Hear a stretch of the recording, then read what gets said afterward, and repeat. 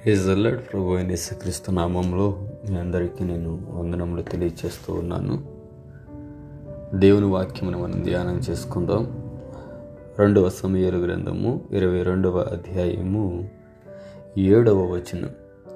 నా శ్రమలో నేను యెహోవాకు మొర్రపెట్టి తిని నా దేవుని ప్రార్థన చేసి తిని ఆయన తన ఆలయములో ఆలకించి నా ప్రార్థన అంగీకరించెను, నా మొర్ర ఆయన చెవులలో జొచ్చెను.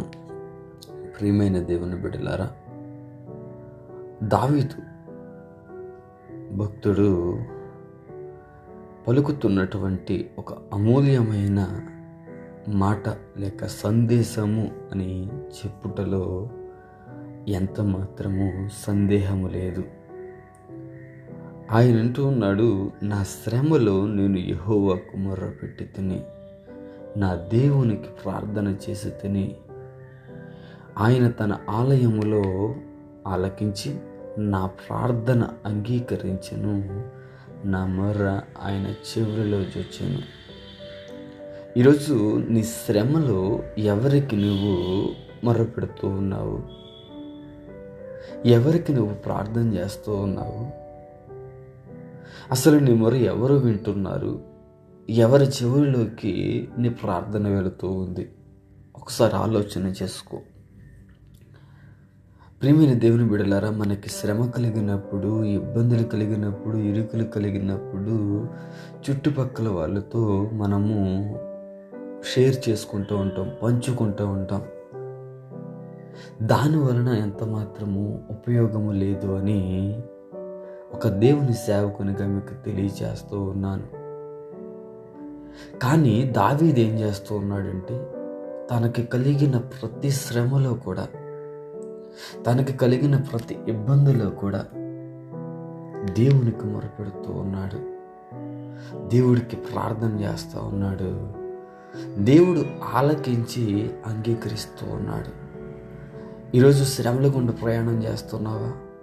బలహీనతల గుండా ప్రయాణం చేస్తున్నావా? నిందల గుండా ప్రయాణం చేస్తూ ఉన్నావా? అవమానాల గుండా ప్రయాణం చేస్తూ ఉన్నావా? అయితే దేవునికి మొర్రపెట్టు, దేవునికి ప్రార్థన చేయి. నువ్వు నలిగిపోయేవేమో ఈరోజు అంటూ ఉన్నాడు, అమ్మా నీ పరిస్థితి నుంచి విడిపించడానికి నేను సిద్ధంగా ఉన్నాను. దావీదును నేను ఏ విధంగా అయితే శ్రమలో ఆయనకు తోడుగా ఉండి విడిపిస్తూ వచ్చానో, అదే దేవుడిని కదా నేను కూడా ఈరోజు నీకు కూడా తోడుగా ఉండి నీ శ్రమల నుండి విడిపించడానికి సిద్ధంగా ఉన్నాను అంటూ ఉన్నాడమ్మా. అయితే దేవునికి ప్రార్థన చేస్తున్నామా? మనం దేవునికి మన బాధలు చెప్పుకుంటూ ఉన్నామా అనేది కూడా ఆలోచన చేసుకోవాల్సిన వారమై ఉన్నాం. దావీదు ప్రతి ఇబ్బందులను, ఇరుకులను దేవుడే నాకు దిక్కు, దేవుడే నాకు ఆశ్రయము అని అనుకున్నాడు కనుక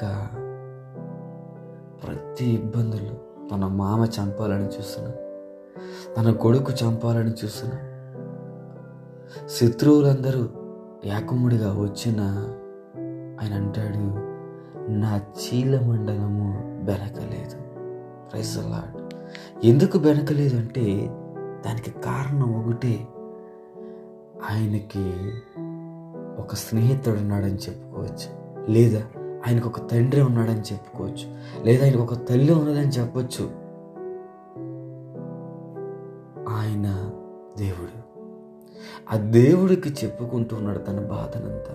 ఈ లోకంలో ఉన్నవారికి చెప్తే అందరూ హేళన చేస్తారు, కానీ దేవుడు మాత్రం ఆ యొక్క నిందను తీసివేస్తాడు. Praise the Lord. దేవునికి ఇతరులకు తేడా అదేనమ్మా. కనుక నువ్వు దేవునికి మొరపెడుతూ ఉన్నావా? Praise the lord.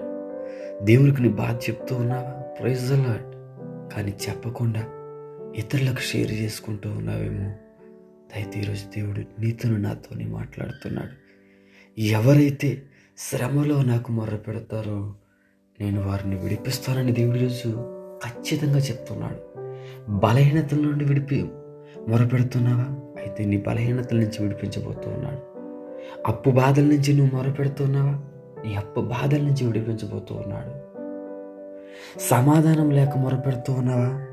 నీకు సమాధానమును కలిగిస్తూ ఉన్నాడు. Praise the lord.